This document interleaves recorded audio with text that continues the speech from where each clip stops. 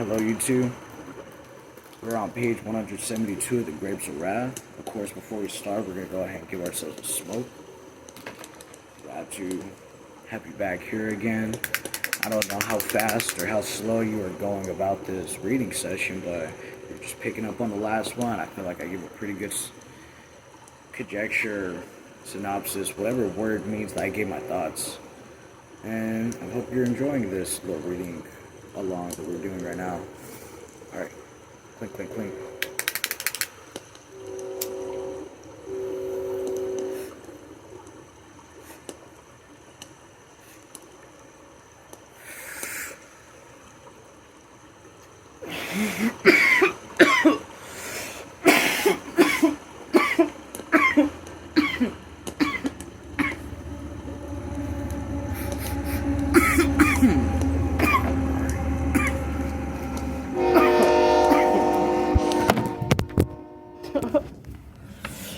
My dad just knocked that over. I apologize. Hi, Dad. Al Joel drove the touring car and his mother sat beside him, and Rose of Sharon beside her. Ahead, the truck crawled. The hot air folded in waves over the land, and the mountains shivered in the heat. Al drove listlessly, hunchback in the seat, his hand hooked easily over the crossbar of the steering wheel. His gray hat, peaked and pulled to an incredibly cocky shape, was low over one eye, and as he drove, he turned and spat out the other side. And then, Ma beside him had folded her hands in her lap, had retired into a resistance against weariness. She sat loosely, letting the movement of the car sway her body and her head. She squinted her eyes ahead of the mountain, and Rose of Sharon was braced against the movement of the car. Her feet pushed tight against the floor, and her right elbow hooked over the door, and her plump face was right against the movement, and her head jiggled sharply because her neck muscles were tight.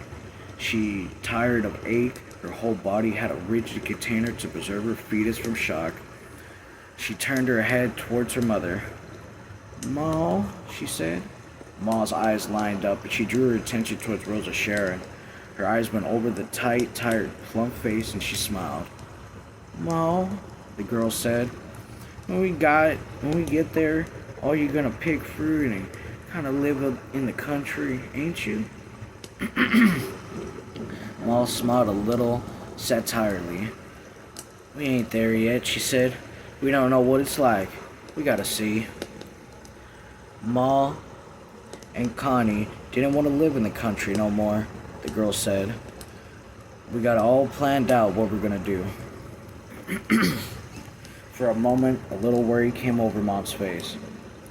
"Ain't you gonna stay with us? With the family? Question mark?" she asked. "Well, we talked all about it. Me and Connie, Ma, we want to live in a town," she went on excitedly. "Connie gonna get a job in a store and maybe a factory, and he's gonna study at home, maybe radio, so he can get to being an expert, and maybe later he'd have his own store, and well, got to pictures whenever."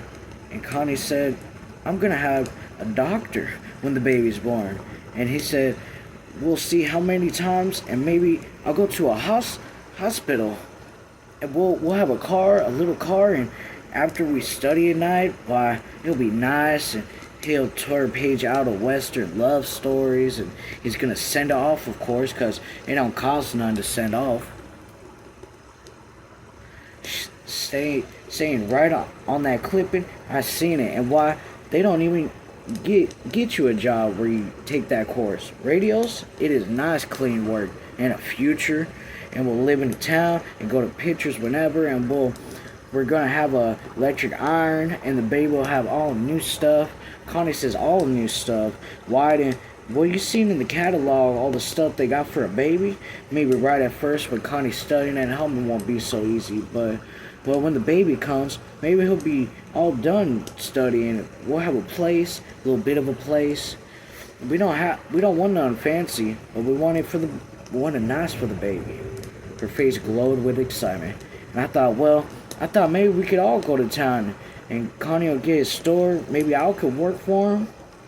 Ma's eyes had never left the fleshed face. Ma watched the structure grow and followed it. "We don't want you going away from us," she said. "It ain't good for folks to break up." Al snorted. "Me work for Connie? How about Connie come work for me?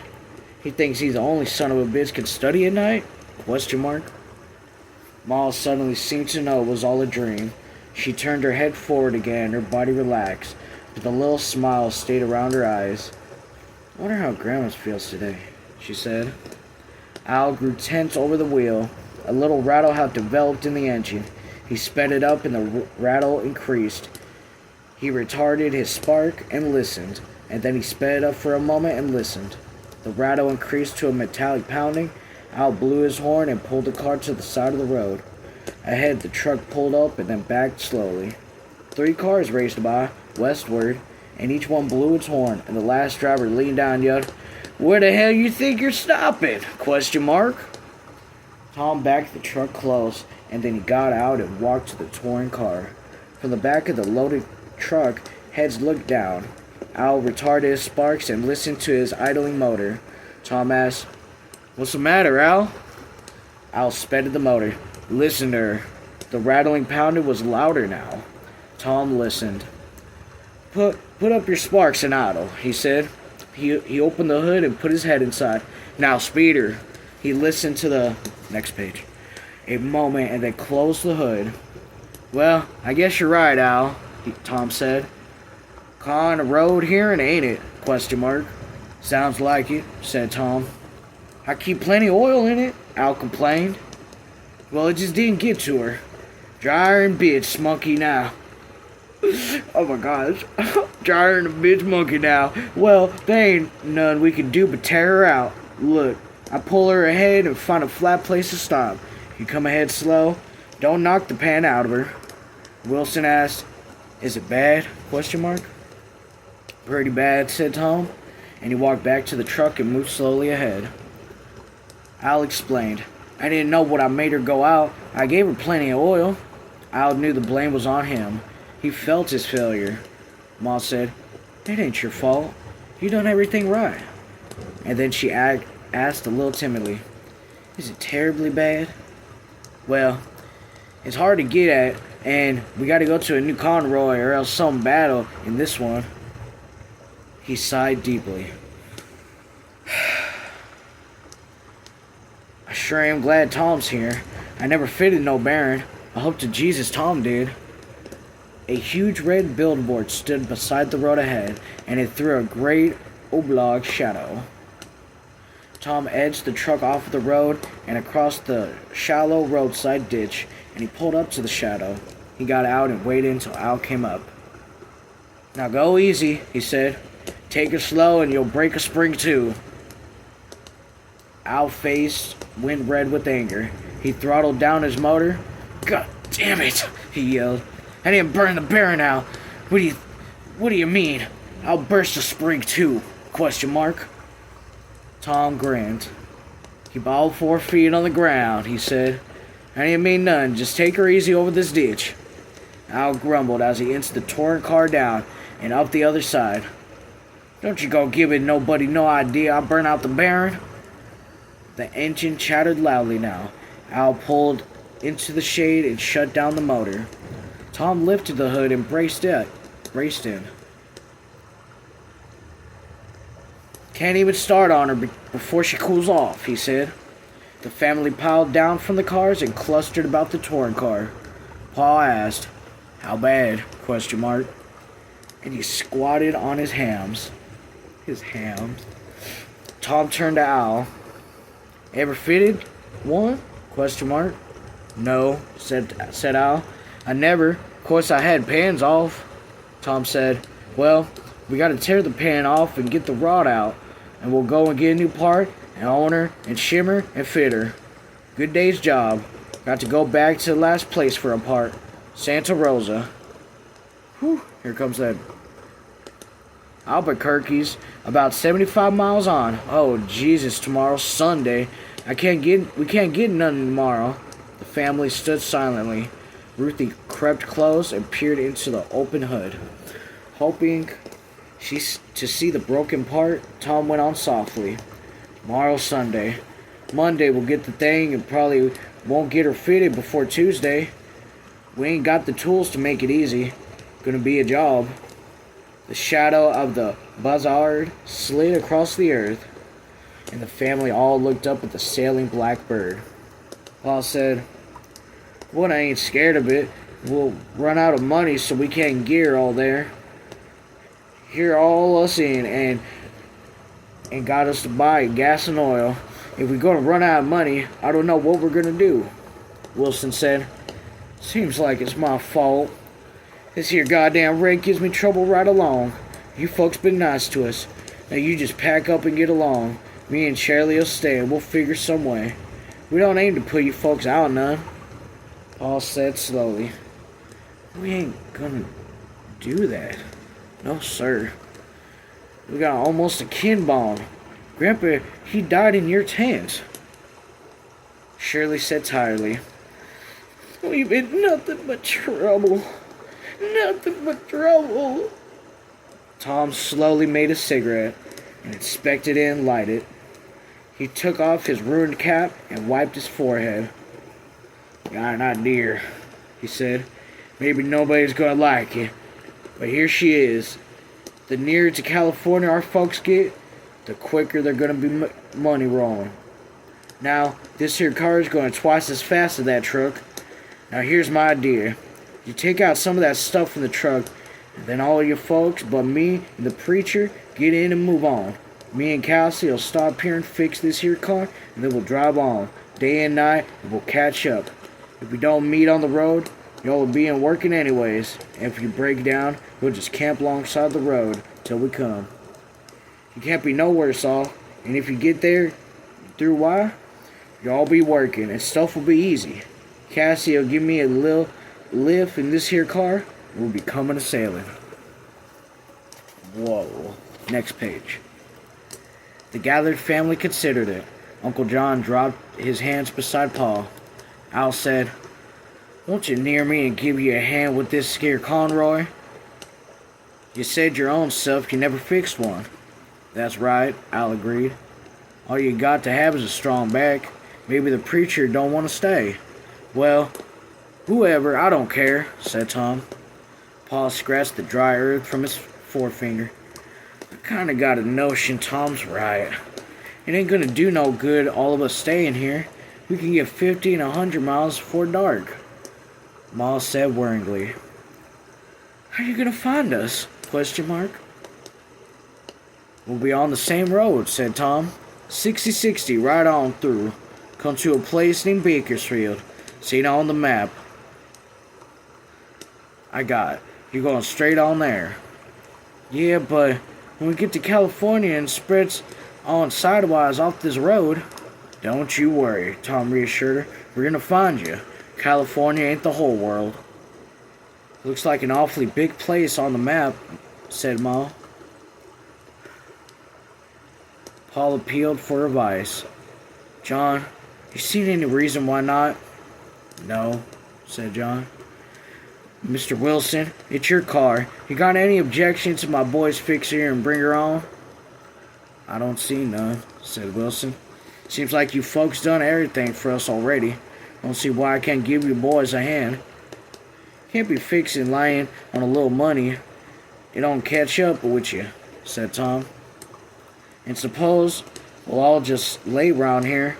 This ain't no water here, and we can't get to moving this here car. But suppose you all get out there and get to work, why, you'd have money, and maybe a house to live in. How about Casey? ? Without want to stay with me and give me a lift?" "I want to do what's best for my folks," said Cassie. "You took me in, carried me along. I'll do whatever." "Well, you'll lay on your back and get grease in your face if you stay here," Tom said. "Suits me all right."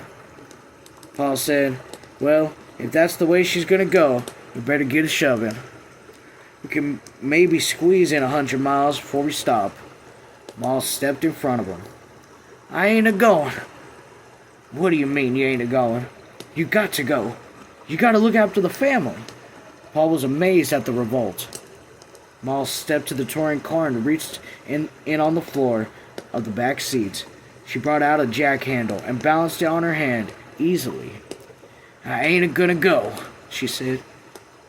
"I tell you, you gotta go. We made up our mind." And now Ma's mouth set hard. She said softly, "Only way you're gonna get me to go is to whoop me." She moved the jack handle gently again. "And I'll shame you, Pa. I won't take no walloping, crying, and a begging. I'll light into you. And you ain't so sure you could wallop me anyways. If you do give me, I swear to God, I'll wait till you get your back turned and you're sitting down and I'll knock your belly up with the bucket. I swear to holy Jesus' sake I will." Paul looked helplessly around the group. "She's sassy," he said. "I ain't never seen her so sassy." Ruthie giggled shrilly. The jack handle flickered hungrily back and forth in Ma's hand. "Come on," Ma said. "You made up your mind. Come on and whoop me, just try it. But I ain't a-going, and if I do, you ain't never gonna get no sleep. 'Cause I'll wait, and just the minute you take sleep into your eyes, I'll slap you with a stick and shovel wool." "So goddamn sassy," Paul said. Paul murmured. "And she ain't young neither." The whole group watched the revolts. They watched Paul, waiting for him to break into a fury. I'm sorry, I'm getting too excited. They watched his lax hands to see the fist form, and Paul, anger did not rise, and his hands hung limply from his sides. And in a moment, the group knew Ma had won. And Ma knew it too. Tom said, "Ma, what's eating you? Question mark. What do you want to do this away for? Question mark. What's the matter with you anyways? Question mark. You gone John Rabbit on us? Question mark. Ma's face softened, but her eyes were still fierce. "You done this thought thinking much?" Ma said. "What we gonna left in this world? Nothing but us. Nothing but the folks. We come out with Grandpa. He reached for the shovel shelf right off, and now, right off, you want to bust up the folks?" Tom cried. "Ma, we was gonna catch you up. We was gonna catch up with you. You wasn't gonna be gone long." Next page. Ma waved the jack handle. Okay, I want to smoke right fast. Wow, Ma is tripping. I don't blame her though. I wouldn't want to split up the group. It's like a zombie apocalypse. This is really like a zombie apocalypse. Like, you don't want to split the group up in this situation. I don't care how bad it's looking.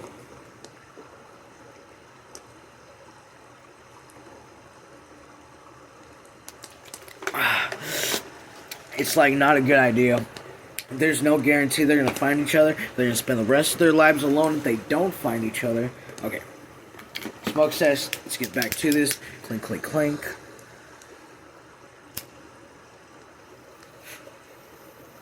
I hope you guys are enjoying the story so far. I hope the commentary's to your liking. I hope the background music and noise is soothing. I hope the book itself is enjoyable.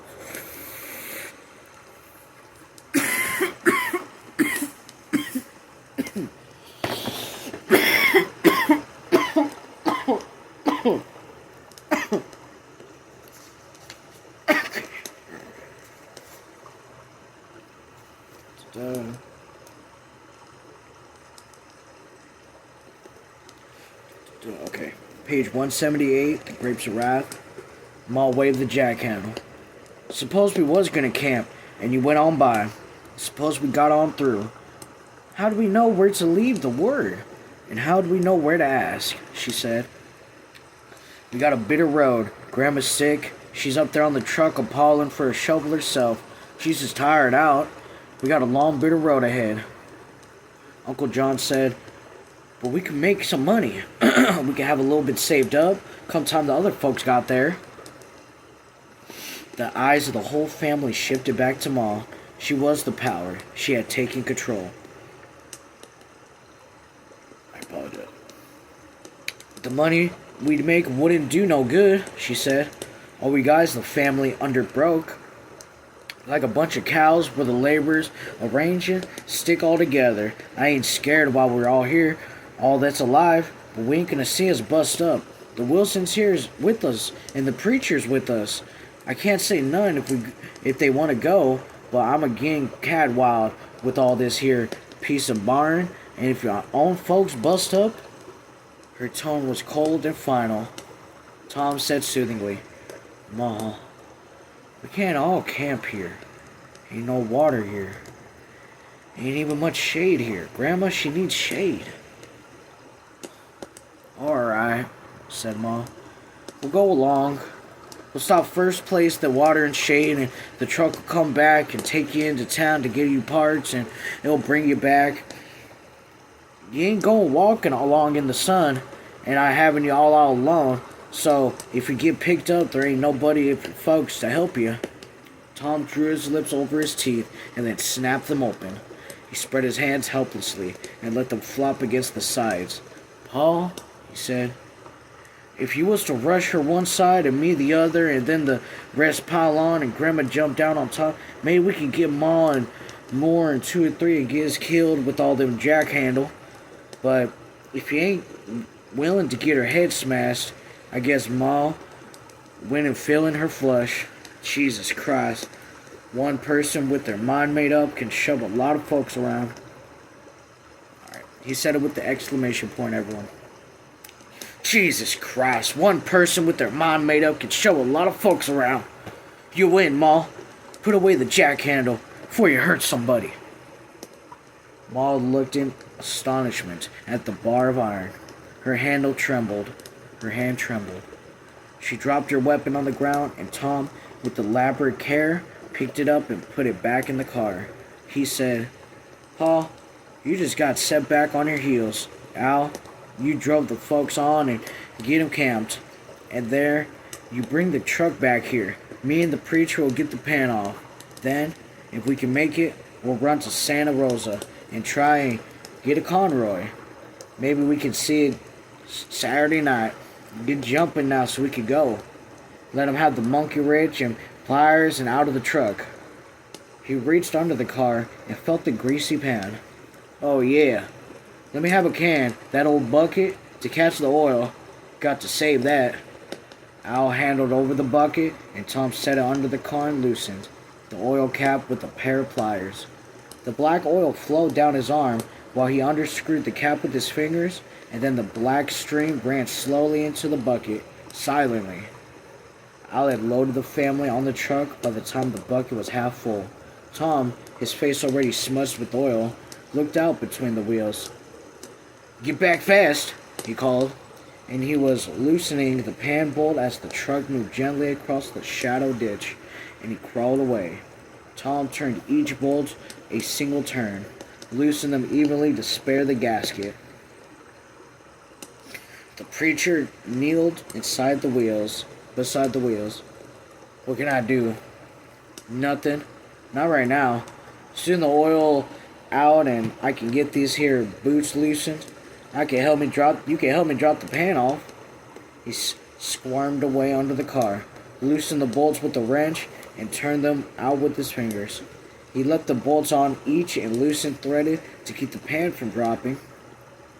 Ground's still hot under there, Tom said, and then said Cassie, say Cassie, you've been awfully goddamn quiet these last few days. Why? Jesus. When I first came up here with you, you was making a speech every half hour or so, and here you ain't said 10 words the last couple days. What's the matter? Getting sour? ?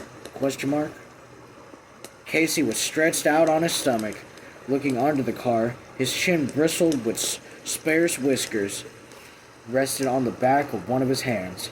His hat was pushed back so it covered the back of his neck. He done enough talking. I'd done enough talking when I was a preacher to last the rest of my life, he said. Yeah, but you done some taking sense now. I'm all worried up, Cassie said. I didn't even know when I was a preaching around, but I was doing considerable tomcat around.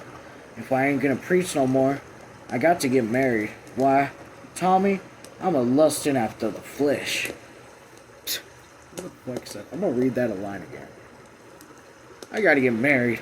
Why, Tommy, I'm a lusting after the flesh. So weird. Me too, said Tom. See, the day I come out of McAllister, I was smoking. I run me down a girl, a whore girl, like I was a rabbit. I won't tell you what happened. I won't tell nobody what happened. Casey laughed. I know what happened. I was fasting into the wilderness one time, and when I came out, the same damn thing happened to me. Hell to it, said Tom.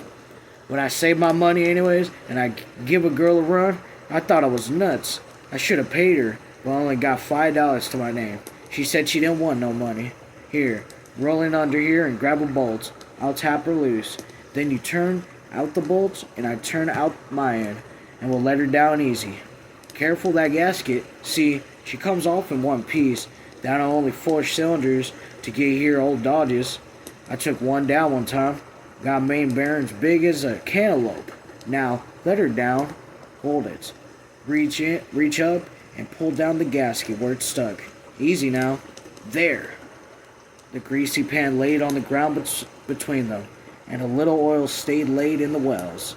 Tom reached in one of the front wells and picked out some broken pieces of babolet. There she is, he said.